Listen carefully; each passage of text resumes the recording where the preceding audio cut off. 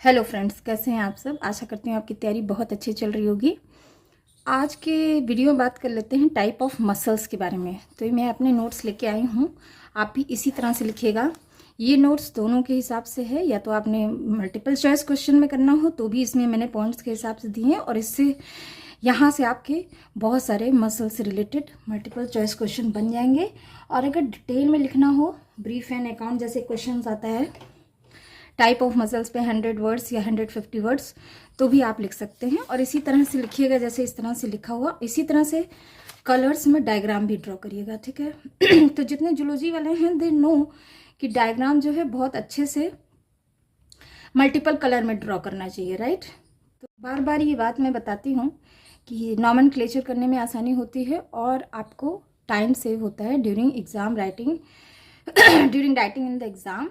और अब देख लेते हैं बिना ज़्यादा डिले किए टाइप ऑफ मसल्स। तो व्हाट इज़ मसल्स ये आप सभी जानते हैं, तो इसके बारे में अगर लिखना होगा तो लिखिए। लेकिन डायरेक्ट क्वेश्चन आता है टाइप ऑफ मसल्स पे 150 या 100 वर्ड्स, तो इसी को देख लेते हैं आज।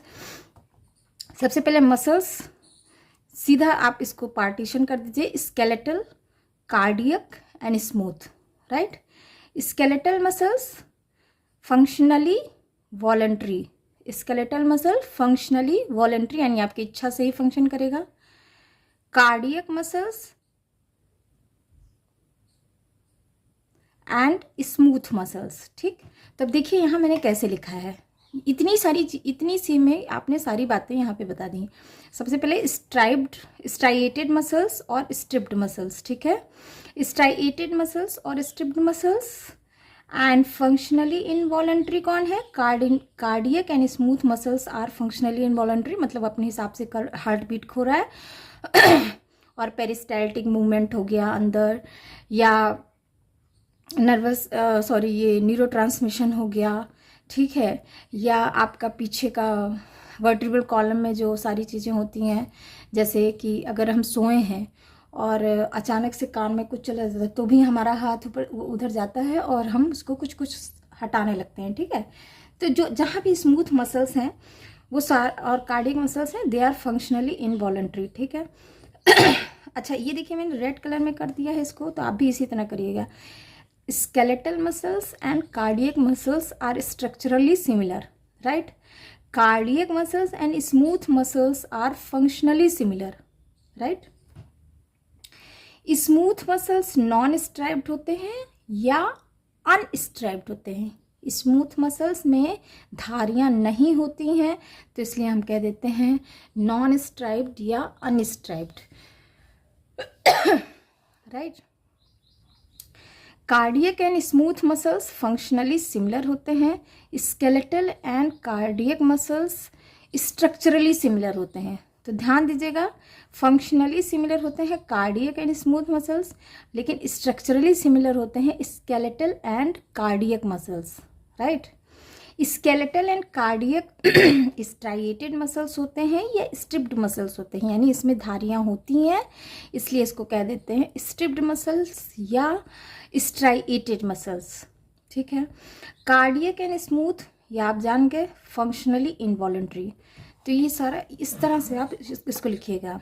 नेक्स्ट है स्केलेटल, फर्स्ट पॉइंट देख रहे हैं, स्केलेटल मसल्स के बारे में और लिख लीजिए। Skeletal muscles attach to bones, first point is attach to bones, also present in tongue, upper part of oesophagus, external sphincter and digestive system में होता है। मेड अप ऑफ, अच्छा ये जो प्रेजेंट है, जहाँ भी ये पाया जाता है, इसको बहुत इंपॉर्टेंट है, तो देखिएगा tongue, upper part of oesophagus, external sphincter, ठीक है।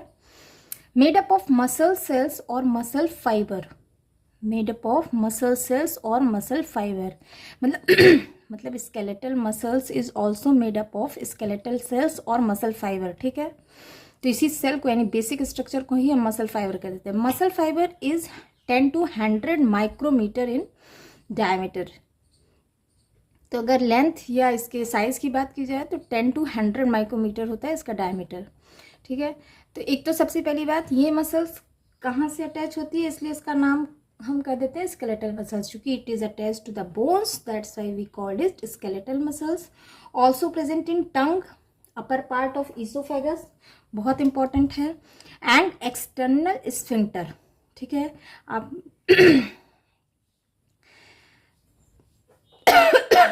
सॉरी। अब इसका एक थोड़ा सा embryonic structure, how it develop या इवोल्यूशन ऑफ स्केलेटल मसल्स देख लेते हैं। तो देखिए जैसे मैंने यहाँ ड्रॉ किया है, it is like cell myoblast, ठीक है। मायोब्लास्ट से ही पता, नाम से ही पता चल रहा है कि एम्ब्रियोनिक कंडीशन में it will be like this, ठीक है। तो आप कोई भी कलर चूज कर लीजिए and draw like this. Again it develop and become like this, एक रेक्टेंगल, ठीक है। तो इसके जो न्यूक्लियस हैं ये सारे आप देख रहे हैं मल्टी न्यूक्लियस हो जा रहे हैं, और साथ साथ इसके अंदर मायोफाइब्रिल भी बन रहा है। अब सेल बायोलॉजी में आपने देखा होगा मायोफाइब्रिल किससे बनता है, तो आप कमेंट करके बताइएगा। देन स्मूथ एंडोप्लाज्मिक रेटिकुलम, ठीक है। देन माइटोकॉन्ड्रिया या सार्कोसोम, तो जो भी माइटोकॉन्ड्रिया इन मसल्स फाइबर में या मसल सेल में पाया जाता है उसको आप सारे लोग जानते हैं, इसको कहते हैं सार्कोसोम।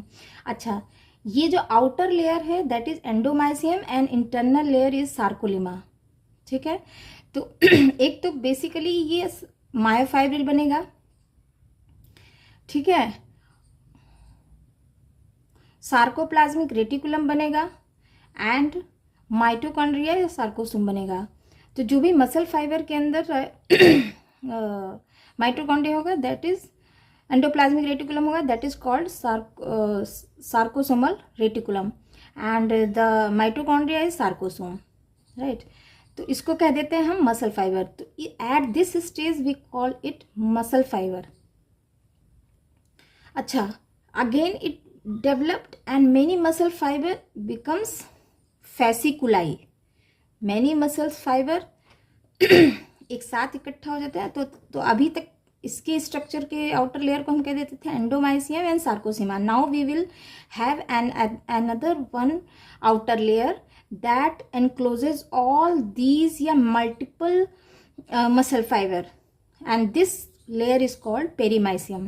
This layer is called perimysium and this structure is called fasciculi.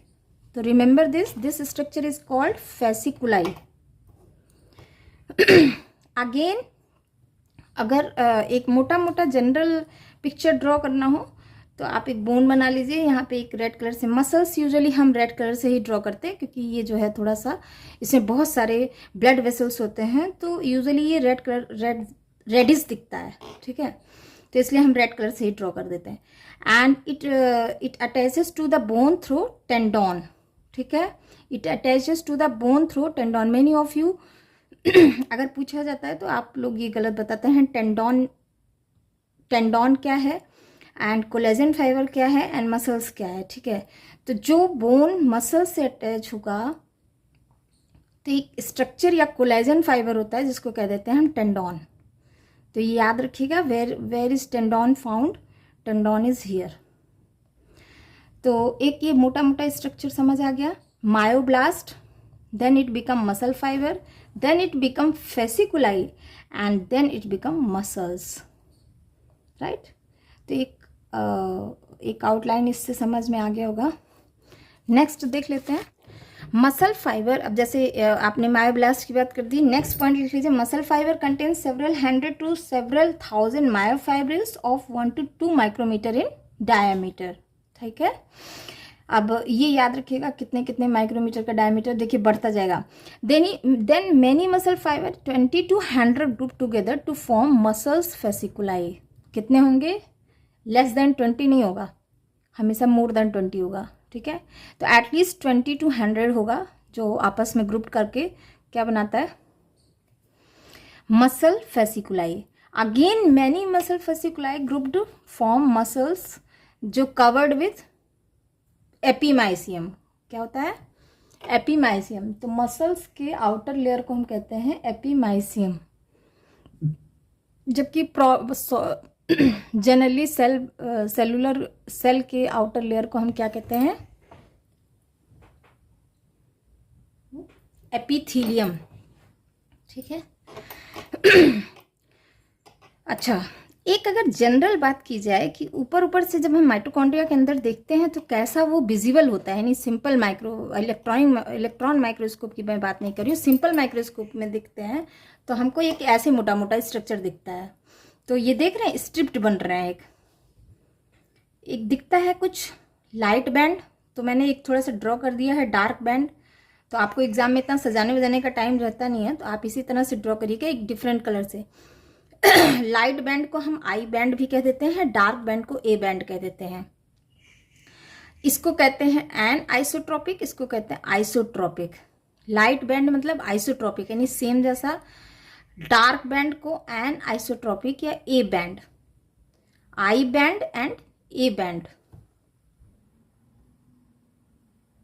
तो एक छोटा सा अगर मसल ड्रॉ करना है अंडर द सिंपल माइक्रोस्कोप तो आप इस तरह से ड्रॉ करके समझा सकते हैं, ठीक है। देन अगर बायोकेमिस्ट्री की बात की जाए, what is the biochemistry of muscles, तो it has water, ions, ions में क्या है, पोटेशियम, सोडियम, कैल्शियम, मैग्नीशियम, ठीक है, जिसमें सबसे ज़्यादा the most abundant is potassium. आगे चल के आपको दिखेगा कि कैसे न्यूरो ट्रांसमिशन हो रहा है और कैसे मसल्स फंक्शन कर रहा है। तो here the potassium is very important to for the proper functioning of muscles. तो इसको आप ऐसे भी देख लीजिए, डाइट वाइट में भी जो है मसल्स को प्रॉपर नरिश करने के लिए पोटेशियम को लेना ज़रूरी है। तो most abundant mineral is potassium, right. Properties है भाई, देखिए कितने एलिमेंट्स हैं, myosin, actin, troponin, tropomyosin, myoglobulin, titin, desmin, actinin, nebulin and dystrophin, ठीक है। Myosin, actin, troponin, tropomyosin, myoglobulin, titin, desmin, actinin, nebulin, dystrophin, ठीक है। तो दिस इज द प्रॉपर्टी कि इतने एलिमेंट्स इसमें पाए जाते हैं। अगर मसल प्रोटीन की बात की जाए तो मायोसिन, अगर मायोसिन का अगर और माइक्रो लेवल पे बात की जाए तो 6 पॉलीपेप्टाइड चेन होते हैं, जिसमें 2 हैवी होंगे और 4 लाइट होंगे। 2 heavy polypeptide chain and 4 light peptide chain, ठीक है, पॉलीपेप्टाइड। तो 6 पॉलीपेप्टाइड चेन से मायोसिन फाइबर बना होता है। अब आ जाइए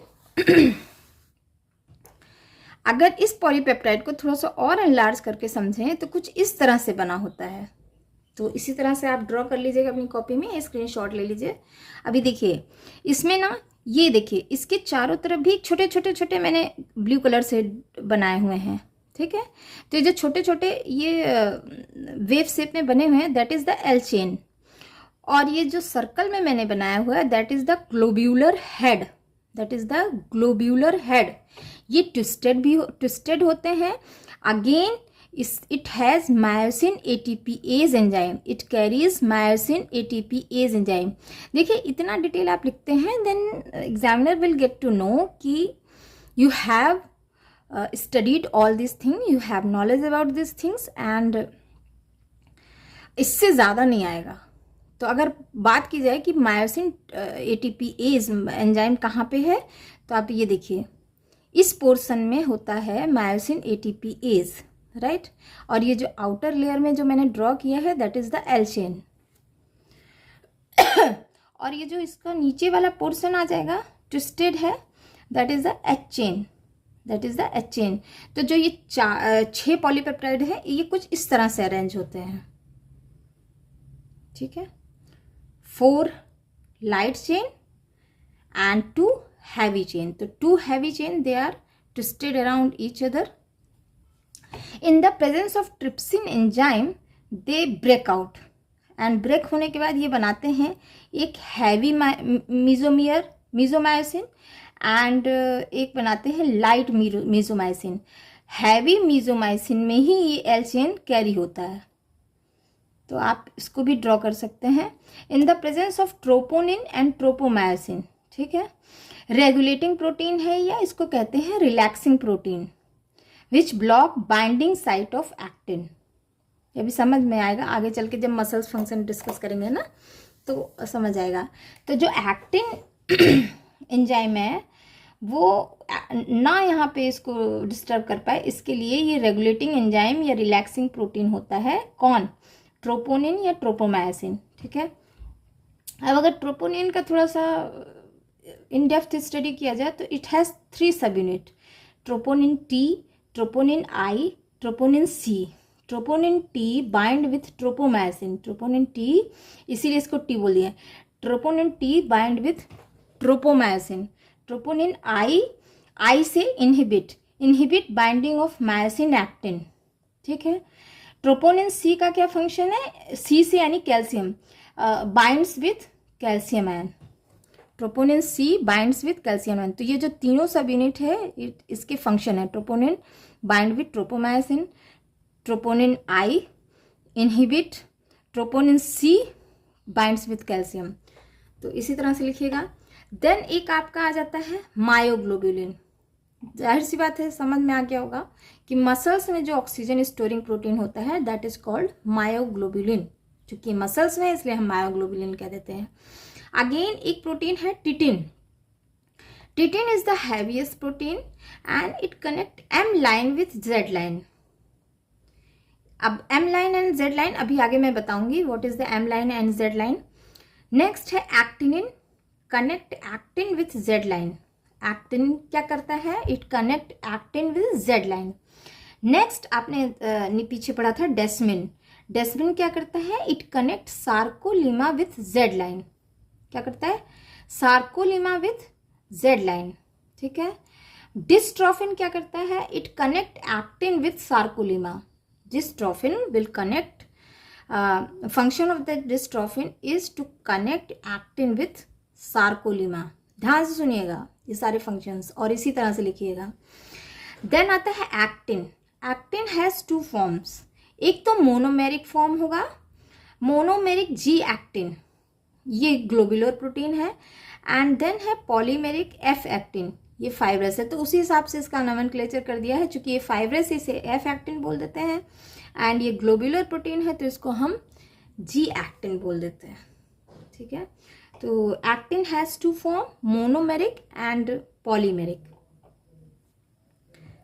तो सबके बारे में बात हो गई। एंड नेक्स्ट है, इस पिक्चर का आप स्क्रीनशॉट ले लीजिएगा और इसी तरह ड्रॉ करिएगा, ठीक है।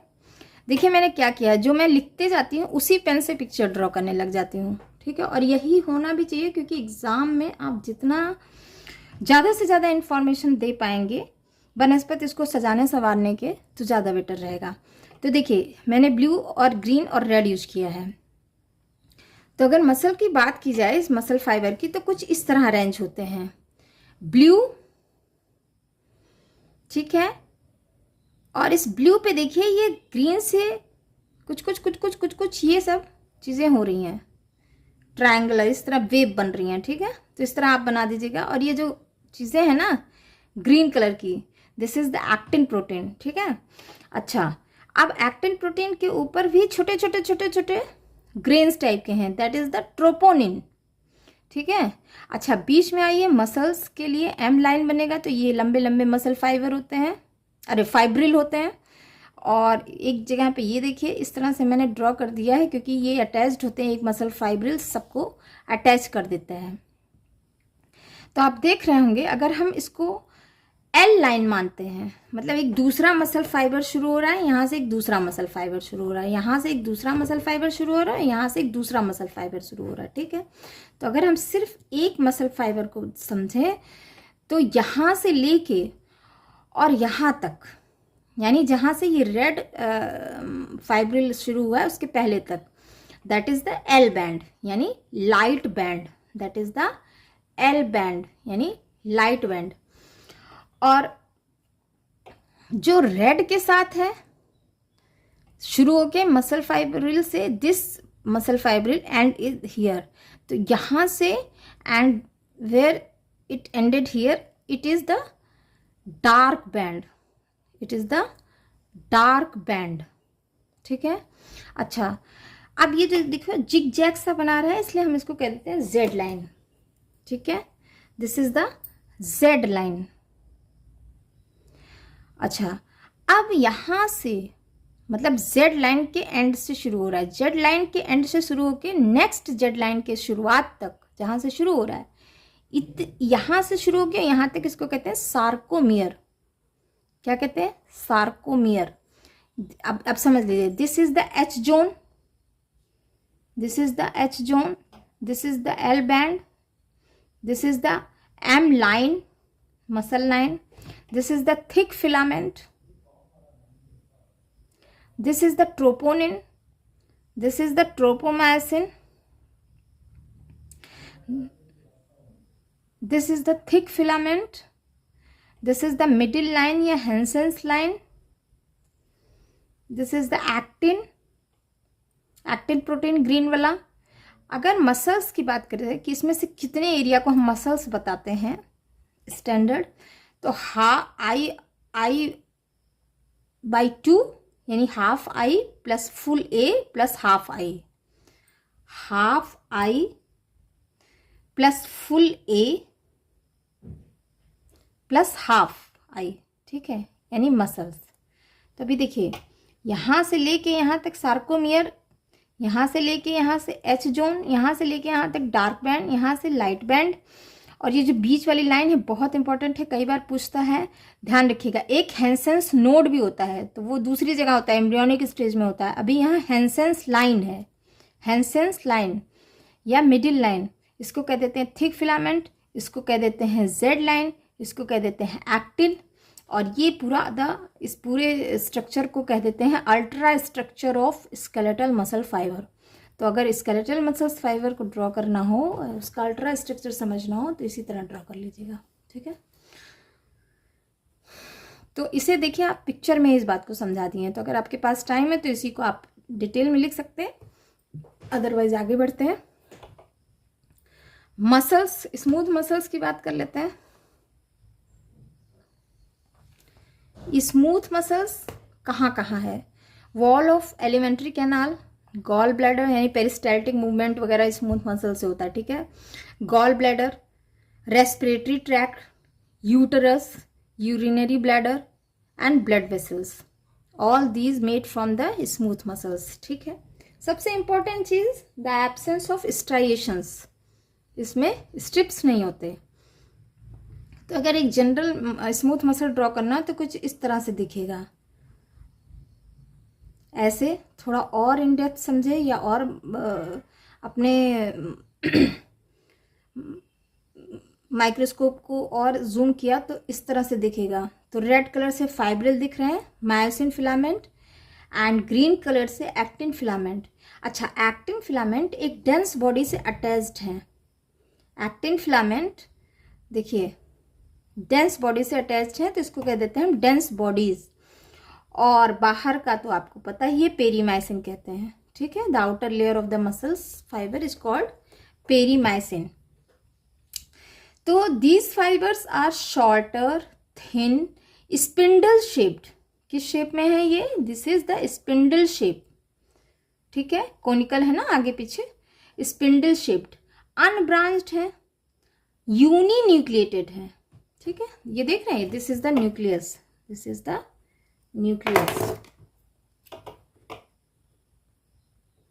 न्यूक्लियस है, ठीक है। तो ये न्यूक्लियस, जैसे आपने उसमें देखा था मल्टी न्यूक्लियस थे, ठीक है, स्केलेटल मसल्स में। नेक्स्ट पॉइंट है, fibre has envelope only of plasma membrane, जिसको हम कह देते हैं पेरीमाइसियम। सार्कोलीमा एब्सेंट है, जैसे पहले था ना sarcolemma. Nucleus is elongated and located in middle region of the fibre, ठीक है। Next point, myosin and actin are quite short. Myosin and actin are quite short. यहाँ पे देखिए लंबे लंबे लंबे मायोसिन एक्टिन है, ठीक है। Actin filament form A short of network in the entire sarcoplasm.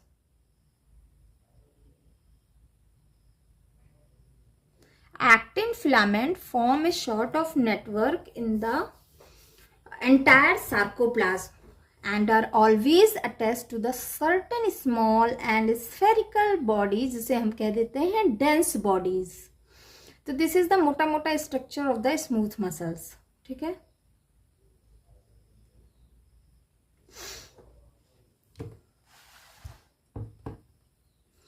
Next है कार्डियक मसल्स। सभी समझ गए होंगे। Heart wall is made up of cardiac muscles and hence myocardium, क्या कहते हैं, मायोकार्डियम।